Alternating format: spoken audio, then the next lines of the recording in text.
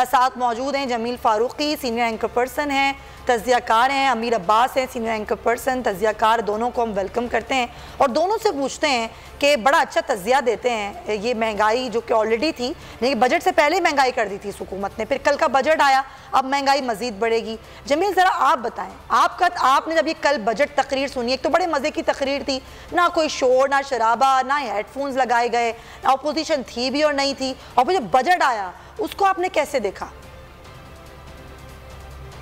देखें, जब बजट हो न्यूट्रल स्टाइल का तो फिर शोर शराबा क्यों सुनाई देगा? न्यूट्रल स्टाइल इससे ज्यादा न्यूट्रल बजट पाकिस्तान की तारीख में कौन सा होगा जिसमें अपोजिशन ही नहीं थी। अब आप और हम लोग इसको किसी और तरफ ड्रैग ना करें। मेरी कोरिलेशन मुराद बिल्कुल वो नहीं थी जो आप समझ रहे हैं, और जो नहीं, समझ रहे हैं हमने कुछ समझा ही नहीं। आपने खुद जमील जो लफ्ज़ इस्तेमाल किया, हमने तो कुछ समझा ही नहीं। आप जो समझ रहे हैं वो जरूर है। अपोजिशन बेंचों के ऊपर गवर्नमेंट के लोग बैठे हैं, गवर्नमेंट बेंच भी गवर्नमेंट की, अपोजिशन बेंच भी गवर्नमेंट की। और फिर साहब जब तकरीर फरमा रहे थे तो उनकी तकरीर में कल सलमान ने भी अपने शो में चलाया, हमने भी नोटिस किया कि 26 बार उन्होंने पिछली हुकूमत का रोना रोया।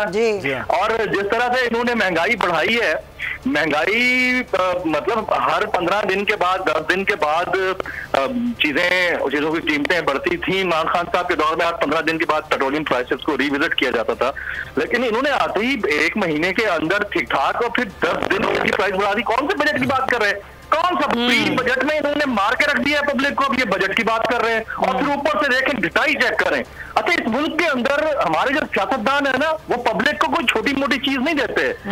वो पब्लिक को हर चीज प्लस साइज, यानी दावे भी प्लस साइज के, वादे भी प्लस साइज के, घटाई भी प्लस साइज की, बजट भी प्लस साइज का, महंगाई भी प्लस साइज की, और फिर उसके ऊपर कहके भी प्लस साइज के। आप अंदाजा कीजिए, ये तो माजी से गला आ रहा है ना। वसीम अकरम प्लस साइज के, जमील वसीम अकरम भी प्लस साइज के दिए गए थे पंजाब में। अच्छा, उस वाले देखिए मुदस्सिर, उस वाले प्लस साइज को देख के ना हमें लगता है कि वो वाला प्लस साइज इनके बेहतर था। बिल्कुल, वो भी अपने दौर बिल्कुल अपने दौर में बहुत कोई कम नहीं करते थे। उनके भी भाव जो है वो प्लस साइज के हुआ करते थे, दावे उनकी रिफॉर्म्स के वादे, लेकिन इन्होंने महीने के अंदर कर दिया है। उसके ऊपर देखें प्लस साइज की इनकी एक्सपेक्टेशन चेक कर लें। वो हमारे मिस्टर इस्माइल साहब की कहते हैं 3 महीने बाद हम ये एक्सपेक्ट कर रहे हैं कि पब्लिक को रिलीफ मिलना शुरू हो जाएगा। यार ये 3 महीने और 2 हफ्ते वाली कहानी सुनते सुनते ना मैं अब मिडिल एज में आ गया हूँ। अल्लाह की कसम, ये रिलीफ नहीं आके दे रहा। रोटी कपड़ा मकान। सही बात है, ये जो आपने बात की है ना, ये बिल्कुल दुरुस्त है। बचपन से एक ही बात सुन रहे हैं हम, जो भी हुकूमत आती है बड़ा मुश्किल वक्त है, मुश्किल फैसले ले लें, नहीं लिए तो बड़ा मसला हो जाएगा। यही बात मैं जरा आगे बढ़ाती हूँ। अमीर, अभी आपने सुना, जमील कह रहे थे कि जी हम तो अभी सुनते आ रहे हैं बचपन से। आपने जब कल का बजट तकरीर सुनी और ये बजट जब आया तो फिर आपने इसको कैसे देखा? आपके ख्याल में भी ये न्यूट्रल बजट था? देखिए, एक सतही तौर पे इस बजट को अच्छा कह देना या इस बजट को बुरा कह देना, मैं तो ये नहीं कह सकता। बड़ा आसान है मेरे लिए कि मैं इस बजट की तारीफें कर दूं या मैं इस बजट के ऊपर हंसना शुरू कर दूं। मतलब अच्छा और बुरा नहीं है तो फिर तो न्यूट्रल ही हुआ ना अमीर अब्बास। अगर अच्छा भी आप नहीं कहना चाहते, बुरा तो फिर न्यूट्रल बजट ही हुआ। न्यूट्रल तो मुश्किल सवाल कर दिया अमीर अब्बास। जाता है। क्या कह रहे हैं? जी अमीर अब्बास, मैं न्यूट्रल की बात नहीं करूंगा। सवाल ये है कि क्या हमने इस बजट के ऊपर बात करनी है या हमने इस बात को डिस्कस करना है कि पाकिस्तान की जो मईशत है वो बेहतर कैसे हो सकती है। और इस बजट, यानी इस बजट से मुराद है कि बजट का मईशत के साथ क्या ताल्लुक है?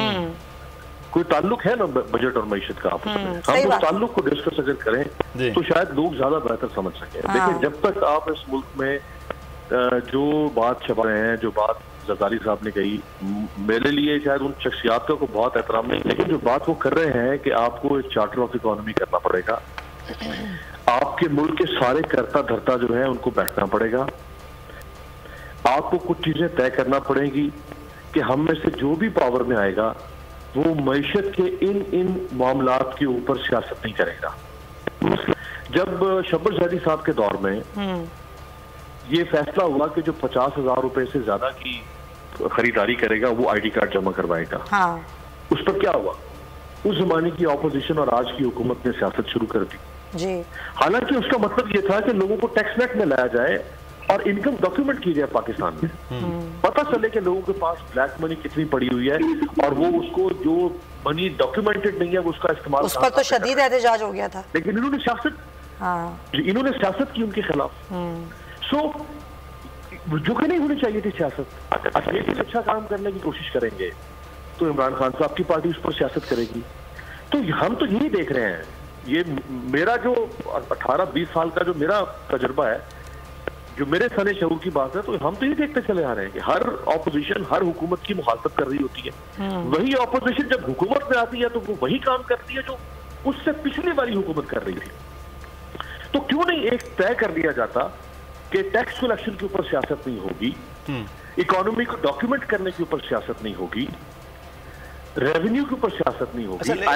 लेकिन अमीर अब्बास एक सवाल मेरा यहाँ पर, कल मैं जब ये सुन रहा था डॉक्यूमेंटेड इकोनॉमी के हवाले से जो आप बात कर रहे हैं, आप खुद इकोनॉमिक्स के स्टूडेंट भी रहे हैं, अब देखिए क्रेडिट कार्ड डेबिट कार्ड पर 1% जो टैक्स है वो आयद किया जा रहा है। इससे तो इसका मतलब ये है कि पहले जो चीज़ें डॉक्यूमेंटेड थी, अमीर अब्बास या मुदस्सर इकबाल को चीज़ खरीद रहे हैं क्रेडिट कार्ड से डेबिट कार्ड से, डॉक्यूमेंटेड हो रहा है कि किसने कितनी आमदन और कितना खर्च किया है।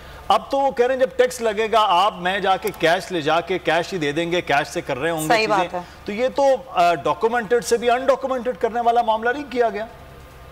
बिल्कुल बिल्कुल सही है, या बिल्कुल सही कह रहे हैं। और ऑलरेडी क्रेडिट कार्ड के ऊपर देखें ना जो बैंक के चार्जेस हैं, फिर जब आप फॉरेन ट्रांजैक्शन करते हैं, फॉरेन ट्रांजैक्शन के ऊपर जो है उसके ऊपर भी टैक्स आपको पे करना पड़ता है गवर्नमेंट को। बिल्कुल, फॉरेन ट्रांजैक्शन चार्जेस हैं जो आप क्रेडिट कार्ड पर पे करते हैं।